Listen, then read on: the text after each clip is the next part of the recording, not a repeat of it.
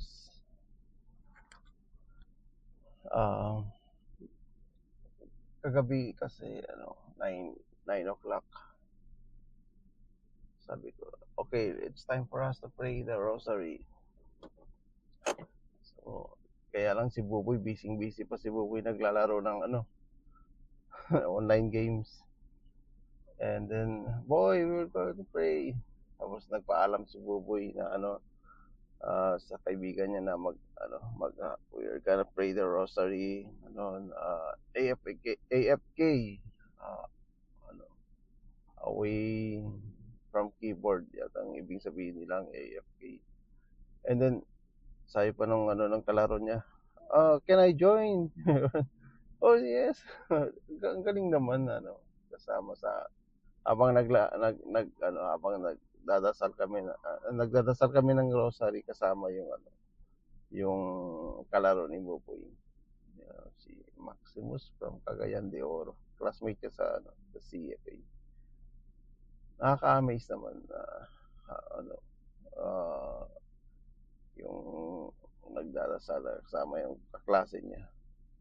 Habang tinitignan ko rin si Buboy na ganong edad, 15 years old. That time, ako 15 years old, nag-rosaryo. Kasama ko, God bless her soul, lola ko, Lola Kirina, sa mga pag may lamay, ganun, sikula-sikulorum, hindi na masyado nakakapagbasa si Lola, ako nagbabasa.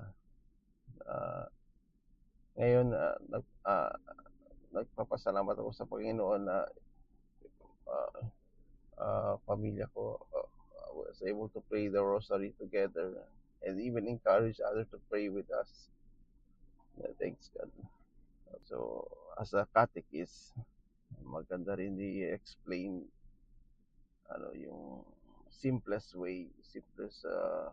how to give importance, how to appreciate, how to thank uh, what God has been entrusted to us. Yun, importante din yun.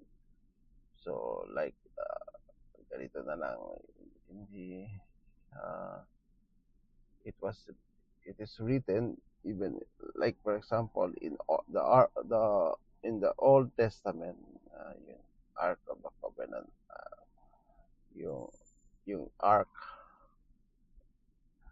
of the, God has entrusted Moses to build the ark in shrine, coated with gold. What's inside the ark is the manna, the bread, represent the bread of life, represent Jesus Christ. The staff of Aaron represents when the blossom, the staff of Aaron, it's represent as high priest, uh, pointed to our Lord Jesus Christ and the Word of God, the tablet of 10 Commandments. The Word made flesh represent our Lord Jesus Christ. So if the Ark of the Covenant, what's inside is represents our Lord Jesus Christ, God instructed to put a cherubim, an angel on top of it. So whenever there's God, uh, what God has been you represented, or it's been shown, manifest with the Israel experiencing God's presence, angels has been recognized to minister, to guide. Kaya nagpalagay ang Panginoon ng anghel sa taas ng Ark of the Covenant. So, moving forward to the New Testament. So, our Archangel Gabriel declared unto Mary, she conceived by the power of the Holy Spirit. So the annunciations of our of the angel, our Archangel Gabriel.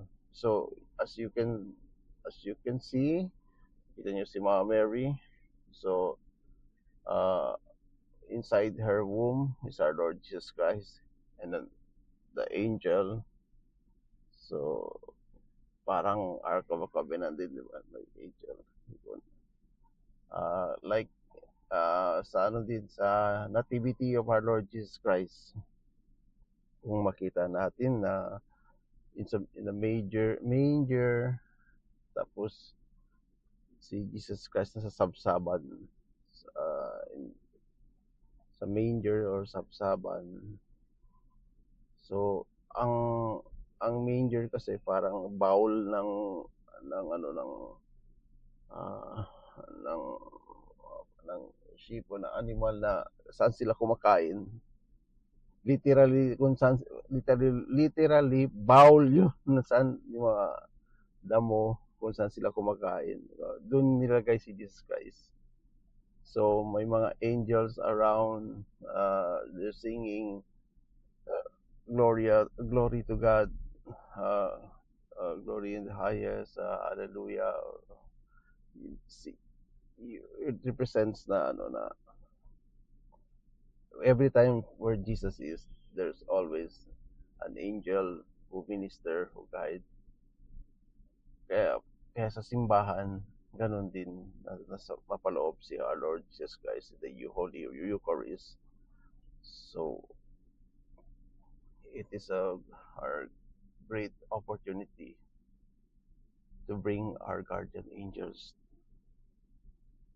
Dali natin ang ating guardian angels sa simbahan. So, mamaya makakapagsimba kami. Isang paraan, uh, isang magandang uh, paraan to thank our guardian angel is to bring our guardian angels to the church. As we receive the Holy Eucharist, and not only for me, it's also for my guardian angels. So, kaya ngayon, sa Pilipinas, may misa pa mamaya mga 5 o'clock, 6 o'clock, o 7 o'clock. Sa great opportunity na ano, makapag ini-encourage ko ang lahat na makapagsimba na magandang paraan ng pasalamat sa ating guardian angels. Okay po, let's pray. Angel of God, our guardian dear, to whom God's love and trust us here. Every day be at our side, to light and guard, to rule and guide. Amen. Thank you and God bless.